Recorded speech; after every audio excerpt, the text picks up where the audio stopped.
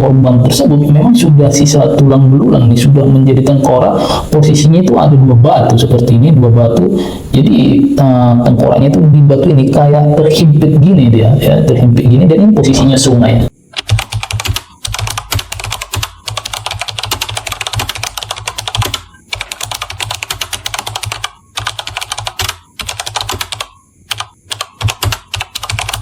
Kasus yang akan kita bahas pada malam hari ini adalah seorang gadis berusia 28 tahun, cerdas, petualang, suka menemukan hal-hal baru, dan ternyata pada saat itu 3 nelayan menemukan jasad manusia yang sudah sisa tengkorak, yang sudah sisa tulang belulang di dasar sungai Kolka. So how this case can happen? Let's find the answer.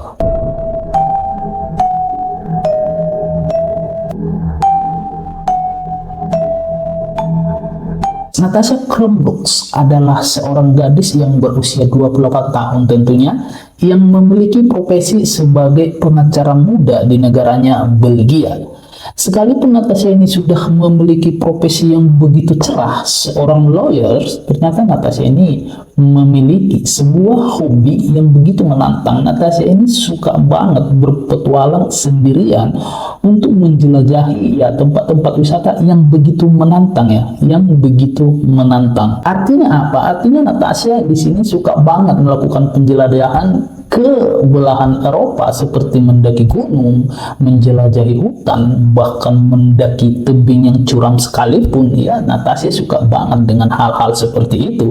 Intinya Natasha haus akan petualangan, haus akan kebebasan, dan begitu suka menemukan hal-hal baru. Tepat pada tanggal 1 Januari tahun 2022, Natasha memutuskan untuk melakukan perjalanannya selama 6 bulan ke Amerika Latin. Jadi pada saat itu Natasha terbanglah dari kotanya Brussels, Belgia, yang ditujunya itu adalah kota 5 di negara Peru. Setibanya di kota 5 negara Peru, tentunya Natasha pun langsung melakukan petualangan-petualangan, ya, mengunjungi tempat-tempat wisata di kota itu. Dan pada saat itu dia masih bersama beberapa rekannya nih untuk mengunjungi tempat-tempat wisata di kota 5 Peru. Bahkan pada saat itu Natasha masih sempat untuk merayakan ulang tahunnya yang ke-28 di kota 5 Peru bersama rekan-rekannya, karena pada saat itu Natasha ini memang pengen banget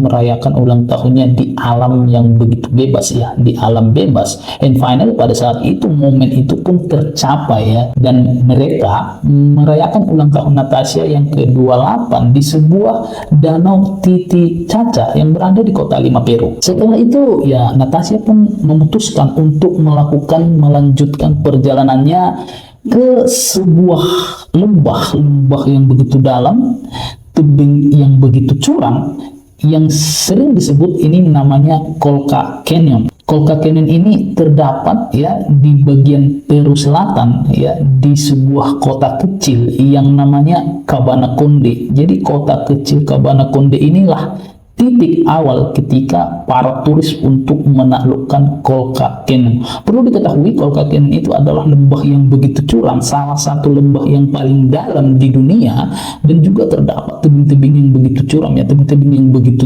tinggi, dan di tengah-tengahnya itu terdapat sebuah sungai, dan sungai ini memiliki air yang berwarna-warni. Nah, inilah target yang ditargetkan Natasha pada saat itu berpetualang dengan sendirinya. Sebenarnya pada saat itu teman-teman Natasha ketika berada di kota 5 meminta untuk ikut bersama dengan Natasha. But pada saat itu Natasha tidak mengizinkan temannya nih untuk ikut bersama dengannya. Kenapa? Karena memang Natasha pada saat itu ingin sendiri menaklukkan Kolka Canyon. Dia tidak mau dengan teman-temannya. Kalaupun teman-temannya pada saat itu mau ikut, jadi Natasha memberikan saran kepada temannya ini, kalau kalian mau ke Kolka Canyon juga, ya kalian harus masuk dari titik lain aja. Artinya aku nggak mau sama, aku mau masuk dari titik yaitu sebuah sebuah kota Cabana Conde tadi. Nah, teman-temannya itu ya masuklah dari titik lain, and then nanti kita akan bertemu di sebuah puncak di tebing tersebut. Nanti kita ketemunya di situ aja, and ya rekan-rekannya pun situ-situ aja ya, karena memang Natasha pada saat itu sang petualang pada saat itu. Jadi rekan-rekan ini yakin-yakin saja sama Natasha ini. Pada tanggal 23 Januari tibalah Natasha di kota kecil yang bernama Cabana Conde tadi, titik awal untuk melakukan petualangan ke kota Canon yang terdapat di Peru bagian selatan. Jadi dia tiba di situ tepat pada pukul 8 malam. Natasha sudah tiba di kota tersebut. Ya tentunya Natasha pun mencari sebuah hotel, and then Natasha pun menemukan sebuah hotel yang bernama La Estancia. Jadi Natasha memutuskan untuk menginap satu malam di hotel La Estancia sebelum keesokan harinya dia melakukan perjalanannya yang begitu menantang di Colca Canyon. Pada waktu itu ketika Natasha masih di hotel ya, pada malam itu Natasha masih sempat ya melakukan video call terhadap rekan-rekannya, bahwasanya dia memberitahukan kepada rekannya dengan bangganya bahwasanya dia sudah sampai di titik tersebut, di titik akses Colca Canyon, dan dia menginap di hotel tersebut hanya satu malam, and then besoknya dia akan memulai perjalanannya. Jadi dia pada malam hari itu masih have fun banget video call sama rekan-rekannya. Kemudian setelah itu tepat pada pukul 9 malam pada saat itu Natasha memutuskan keluar untuk mencari makan malam, dan Natasha pun makanlah di sebuah restoran yang bernama La Virgin de Sapi ya di kota tersebut. Pada pukul 9.45 Natasha pun kembali ke hotel. Setelah sampai di hotel, Natasha masih sempat melakukan obrolan singkat dengan petugas hotel. Natasha pada saat itu bertanya kepada petugas hotel bahwa apakah dia bisa menitipkan tasnya yang paling besar di hotel tersebut selama 5 hari, karena dia memutuskan untuk melakukan perjalanannya, petualangannya di Colca Canyon itu selama 5 hari. That's the reason why dia meminta untuk pihak hotel dia menitipkan tasnya di situ pada saat itu selama 5 hari. Sebelum Natasha memutuskan untuk beristirahat, memutuskan untuk tidur, Natasha pun sempatkan untuk menelpon ibunya untuk memberitahukan bahwa 5 hari ke depan Natasha tidak bisa melakukan komunikasi intens terhadap ibunya yang di Belgia. Jadi pada saat itu dia bertelepon, menelpon ibunya dan memberitahu bahwa 5 hari ke depan dia akan melakukan perjalanan yang begitu menantang, yang begitu menyenangkan bagi Natasha, dan tidak bisa memberikan komunikasi intens terhadap orang tuanya yang tinggal di Belgia. Setelah itu ya Natasha pun memutuskan untuk tidur ya. Pada malam hari itu dia tidur, karena besoknya dia harus fight nih, harus melakukan perjalanannya di Colca Canyon.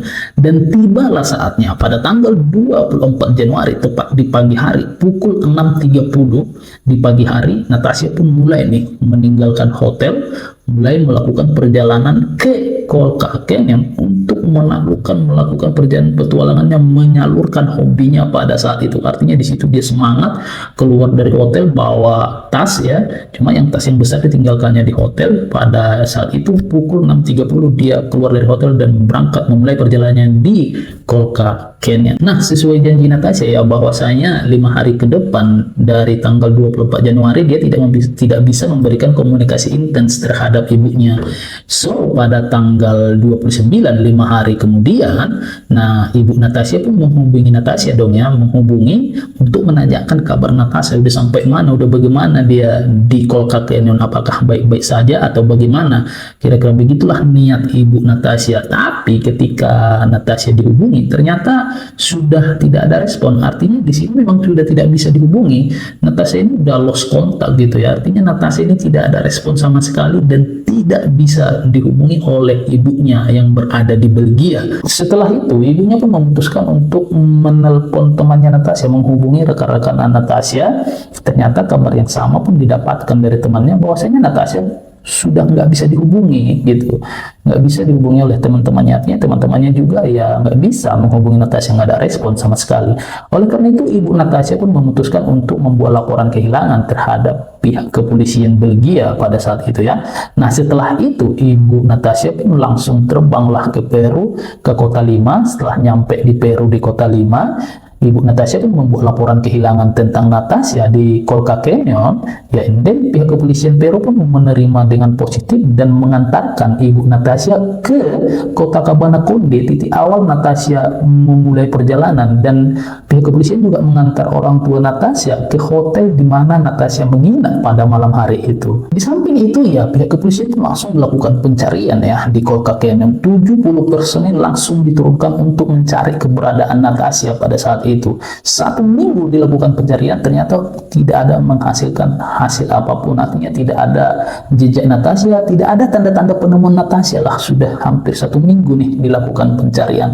And next dilakukan lagi pencarian hingga 2 minggu nih dilakukan pencarian. Tidak ada juga tanda-tanda penemuan di mana Natasha berada pada saat itu. Setelah itu pihak kepolisian pun memberhentikan sementara pencarian. Kenapa? Karena pada saat itu cuaca tidak begitu mendukung. Jadi di situ terjadi ya cuaca hujan lebat pada saat itu, yang namanya tebing yang begitu curam, lembah yang begitu dalam. Ya tentunya pihak kepolisian pun memberhentikan pencarian untuk sementara waktu ya, untuk sementara waktu. Habis itu setelah cuaca sudah mendukung lagi ya dilakukan lagi pencarian oleh pihak kepolisian. Itu semua pihak kepolisian pun mengerahkan semua kekuatan lah, seperti menurunkan anjing pelacak, menggunakan drone pada saat itu ya, karena kan tebing-tebing lembah yang begitu dalam, jadi menggunakan drone dan alat-alat canggih lainnya. Tapi hingga 1 bulan penuh ini dilakukan pencarian, tidak juga menemukan jejak di mana Natasha berada. Oleh karena itu pihak kepolisian Peru pun ya memutuskan untuk stoplah pencarian. Tapi di samping itu orang tua Natasha selalu mendesak pihak kepolisian supaya dilakukanlah terus pencarian gitu, dilakukan terus pencarian, mana tahu ditemukan entah di mana. Jadi pihak orang tua Natasha membujuk pihak kepolisian Peru bernegosiasi ya, supaya terus dilakukan pencarian. Dan tidak hanya itu, orang tua Natasha ini pun meminta kepada pihak-pihak swasta ya, terserah mau dibayar juga oke lah, yang penting mau melakukan pencarian pada saat itu. Pokoknya usaha orang tua Natasha ya begitu keras ya, berusaha keras supaya anaknya ini, putrinya ini ditemukan di Colca Canyon tersebut. Jadi memang orang tua Natasha pada saat itu udah bolak-balik Belgia Peru ya, bolak-balik Belgia Peru, dari negaranya ke Peru ya, terus balik lagi ke sini untuk update terus perkembangan berita kehilangan putrinya Natasha Crombrooks ini. Bahkan pihak kepolisian dari Belgia juga ya, pihak kepolisian dari Belgia juga turun ke Peru, datang ke Peru untuk ikut melakukan pencarian. Beberapa personel pihak kepolisian Belgia datang ke Peru dan melakukan pencarian di Colca Canyon tentang kehilangan Natasha, hingga akhirnya ya dipastikan Natasha ini sudah hilang selama 270 hari dari Januari ya hingga bulan September belum ada ditemukan. Artinya hampir 9 bulan ya Natasha belum juga ditemukan. And finally pada tanggal 16 September tahun 2022,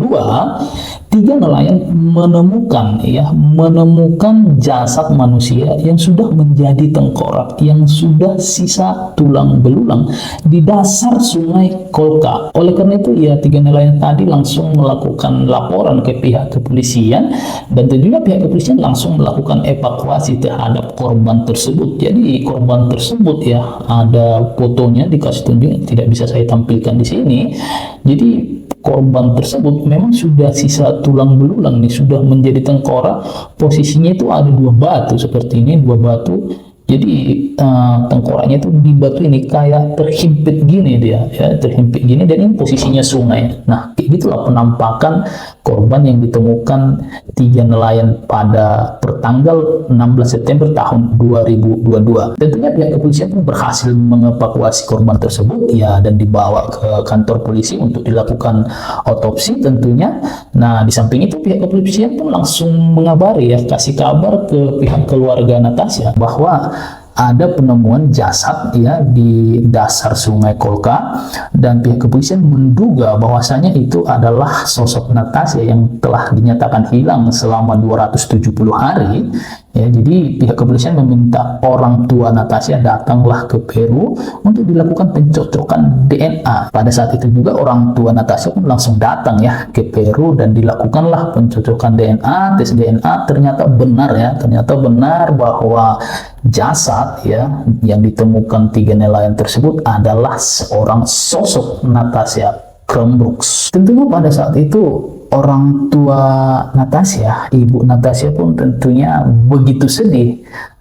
Dia tidak bakalan menyangka bahwa hobi putrinya, ya, hobi Natasha yang begitu menantang, yang begitu suka berpetualang, yang ketika malam itu Natasha menelepon ibunya untuk memberitahu akan berpetualang 5 hari ke depan, ibunya tidak akan pernah menyangka bahwa itu adalah kepergian Natasha Crumbrooks untuk selama-lamanya. Hingga finally akhirnya ya orang tua Natasha pun membawa jasad Natasha kembali ke negaranya Belgia tepat pertanggal 21 November tahun 2022. Jadi dari kisah Natasha ini bisa kita simpulkan, bisa kita ambil sedikit pelajarannya bahwa solo traveling, nggak tahu kenapa akhir hari ini begitu tren yang namanya solo traveling ya, nggak si Natasha aja, di Indonesia juga begitu banyak solo traveling. Nggak tahu kenapa orang kok suka banget melakukan solo traveling ya, traveling sendirian, bahkan ke negara India lah, ke negara A lah, ke negara inilah ya kan.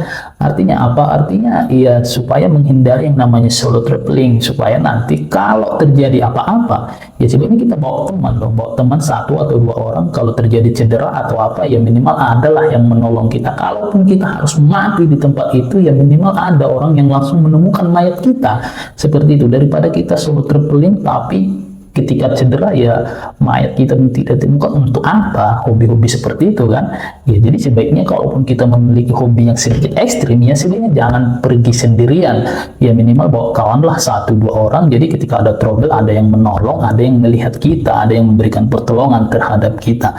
That's the reason why Story Steve Pasik always say that everything can happen. Semua bisa terjadi dalam kehidupan ini. So take care, stay tuned, see you next time, bye bye.